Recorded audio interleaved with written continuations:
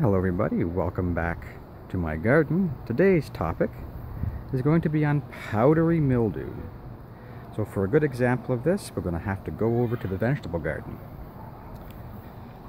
where we have some pretty good cases of powdery mildew.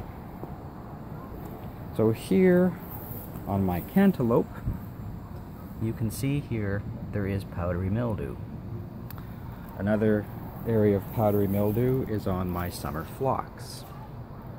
So you can see it there on the lower leaves.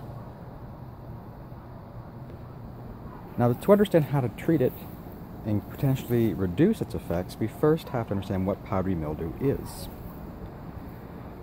So powdery mildew is obviously a fungal infection, a plant pathogen, that once on the surface of the leaves or stem can penetrate the epidermis and the cuticle on the top of the leaf, which is the first waxy layered substance on a leaf, can penetrate that, get into the epidermis cells and even the mesophyll cells, where they draw nutrition from to allow them to grow and survive.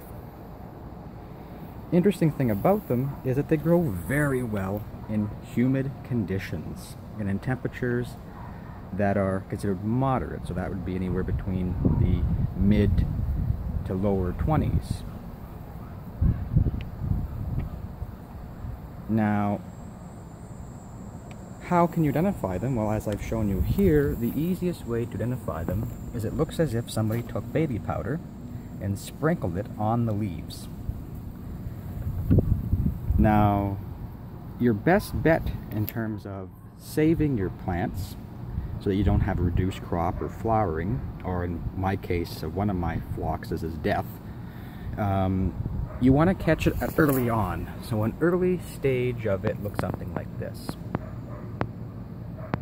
where it's just little spots forming. That's the best time to get at it. Now, as I said, you're at the mercy of the weather.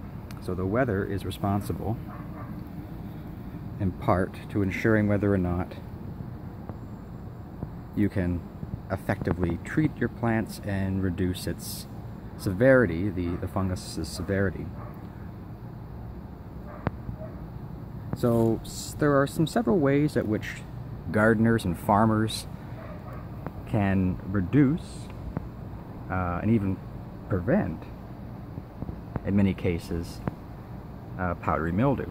So one way is obviously the chemical way, which is using fungicides. And the fungicides do work pretty well at treating and getting rid of it, although you'll have to reapply depending on the weather again, since this fungus does very well in humid conditions. And if you live in a very humid place or have very humid temperatures, it's very easy to get it back as the spores get carried by the wind. So it's easy for it to come back and multiply again. Another way of doing it is adding a silicone treatment to your plants, which has been shown to help the cells in the plants to increase a sugar called callose, which actually increases the cell wall strength and thus reducing the potential for the fungus to invade that cell.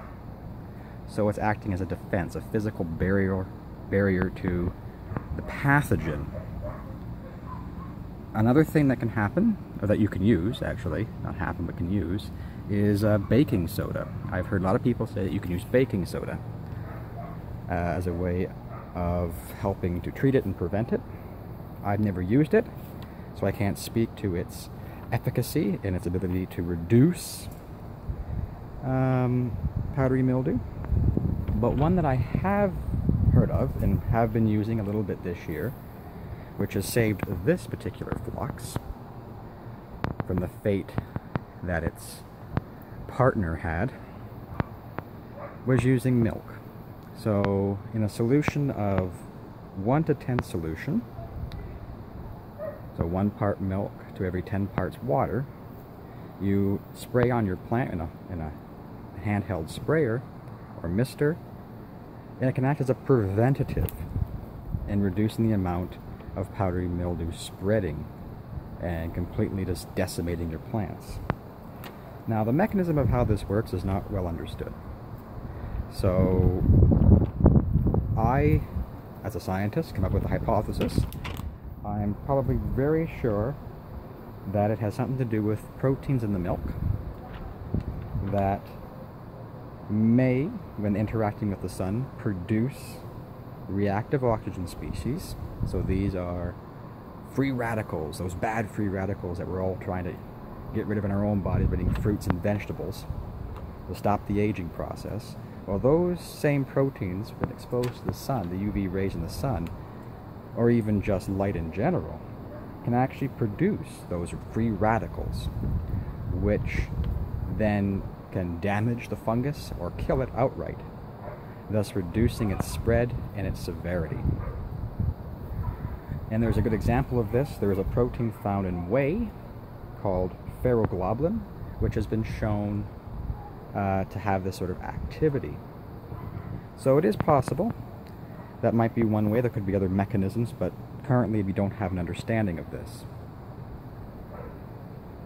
So those are the 3 ways at which you can try to manage powdery mildew before it can do this to your plants and kill it outright.